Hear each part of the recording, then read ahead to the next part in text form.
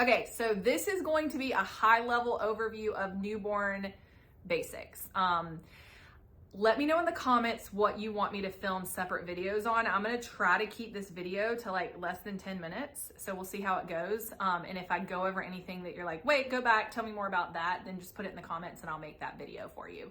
Okay, newborn care basics. How do you hold a newborn? This is obviously not a real baby, but the biggest thing about newborns is that you're always going to protect their airway, because they basically could go like this and like cut off their airway. They have no core strength, they have no neck strength. I mean, when you put them on your chest, you'll see that they start to push off, but your goal is to always protect their airway and always support their head. So I like to do that by kind of holding underneath their chin and using my hand. But essentially, if I had a baby, like if I've got their chin resting in my hand and I've got my hand on their bottom, like I could move all like this because I'm protecting their airway and their head.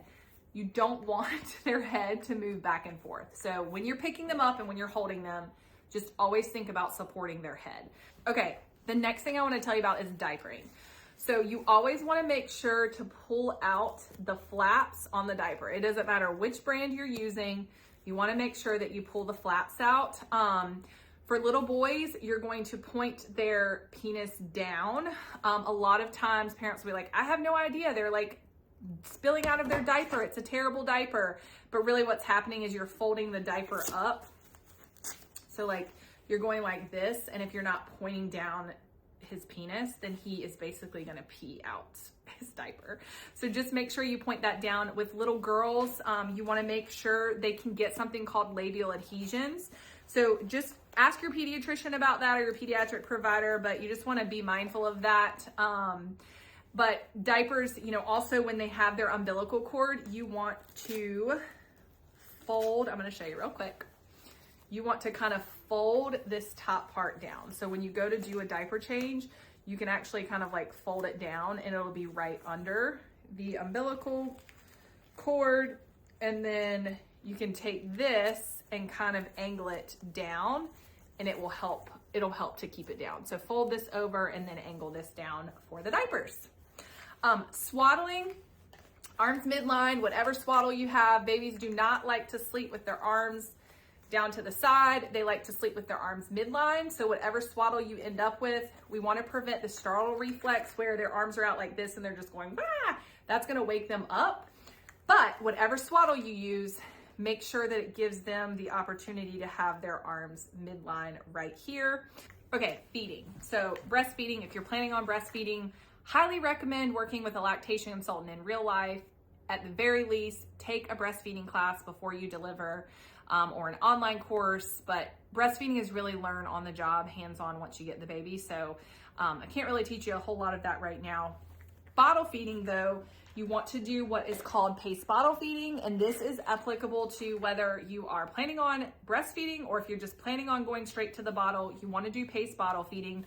I have another video on that, but essentially you're holding the bottle so that the baby is having to pull the milk out of the bottle. We do not want to feed like this, how we were all fed. We don't want to feed like that. It does not promote infant-driven feeding, and it can lead to a lot of things like reflux, a baby being uncomfortable, a baby overeating.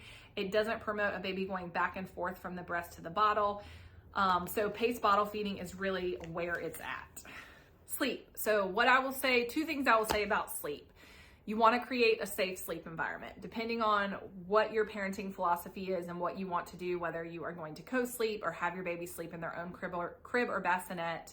I have another video that talks about co-sleeping and the real danger behind co-sleeping and why I really think you should review that video if you have a very black and white view on co-sleeping. So check that out.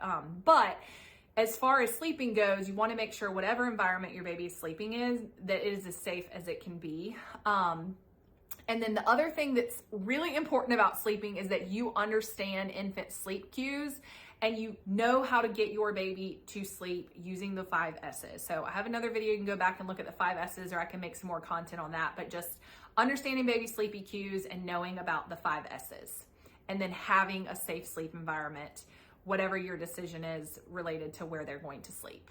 I think it's a really good idea to know about developmental milestones and what is appropriate for your baby developmentally. I will say having realistic expectations for your baby related to sleep and feeding and what they are supposed to be doing is really, you're gonna have a head start if you've looked into that stuff during pregnancy. But if you haven't, and you find yourself postpartum and looking for those answers, a pediatric physical therapist is gonna be a great resource for you. There's lots of pediatric physical therapy therapists on social media, on YouTube, that are really giving out that information.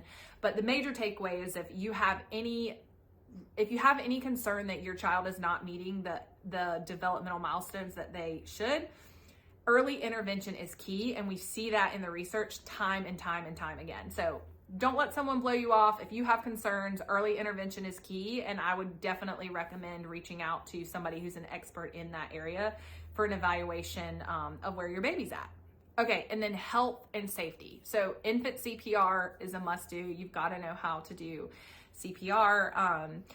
I am a fan of devices like the D-choker, but I will tell you that that is never going to be your first line when your baby is choking. As far as that type of choking, you probably would not need to even use something like that until they are older and eating solids. In the early newborn days, babies can sometimes choke on spit up. They can choke on, if they have a fast delivery, if they've had a C-section, sometimes they have a lot of extra fluid in their chest and their lungs, and they kind of bring it up over the next couple of days. It ends up in their belly. Better yet, it comes up out of their belly, and then they kind of choke on it when it comes back down because it doesn't make its way all the way up. So knowing how to react in that situation is helpful. Your nurses in the hospital or at the birth center can kind of give you a hands-on view on how to help with that. But I'm going to show you a bulb suction. Highly recommend keeping a bulb suction with you when you're leaving the house in those first couple weeks postpartum, whatever sleep space the baby is in at home, anywhere that you are, having this bulb suction handy in those first 5 to 7 days is really helpful. So the biggest thing is that you want to squeeze it before you put it in. If you are going to go into their nose, you want to do mouth first and then the nose, because if they've got stuff in their mouth, you don't want to do the nose and then pull it up from their mouth into their nose. So mouth first, but you don't want to just go hunting around in their mouth for something that you can't see. So really, I only use this if I see stuff coming out of their mouth. So if they are spitting up, or you feel like they're choking and you can see it, you're gonna squeeze this bulb suction before you go in, and then you're gonna go back to the side of their mouth. So we're not going straight in, but you're thinking about going back kind of to their cheek over on the sides, okay? You're gonna squeeze it, go in, spit it out, go back into the other side. We want to limit the time that we go in their nose, just because anytime you go in their nose with this, it can create inflammation in their nose and really cause, if a baby is kind of snorty and sniffly, it can actually make things worse. But I recommend when your baby's delivered, ask your care team before you leave, wherever you deliver, if you're delivering at home or in a birth center, in the hospital, before your A team leaves, make sure that they have instructed you on bulb suction, when to use it, and then after that first week or so, try to always have this around you in case you need it, because you really never know when you're going to need it, and it can make you really anxious if you need it and you can't find it. Okay, immunizations in those first couple weeks postpartum. I did a prenatal consult for a mom today, and she didn't know anything about vitamin K, erythromycin, hepatitis B. These are all things that are routinely given to babies in the hospital. So I'm not telling you what to do in that scenario. I'm just telling you that you need to look into those things, because when you go check into the hospital, if you're delivering in a hospital or even at a birth center or even at home, they're going to ask you if you want your baby to have those 3 things, and you're going to have to be able to make a decision on that. So that's something that you should look into as soon as possible, and look at the research, see what it says, and make a decision that works for your family.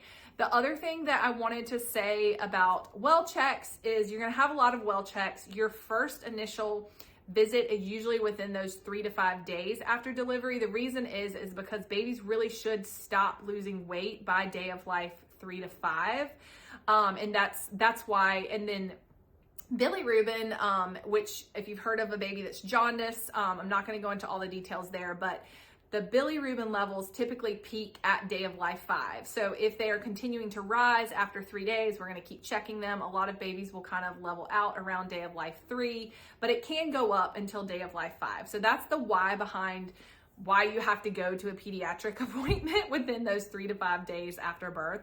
And then typically they're going to see you again within 2 weeks to make sure that we've gotten back to our birth weight by 2 weeks.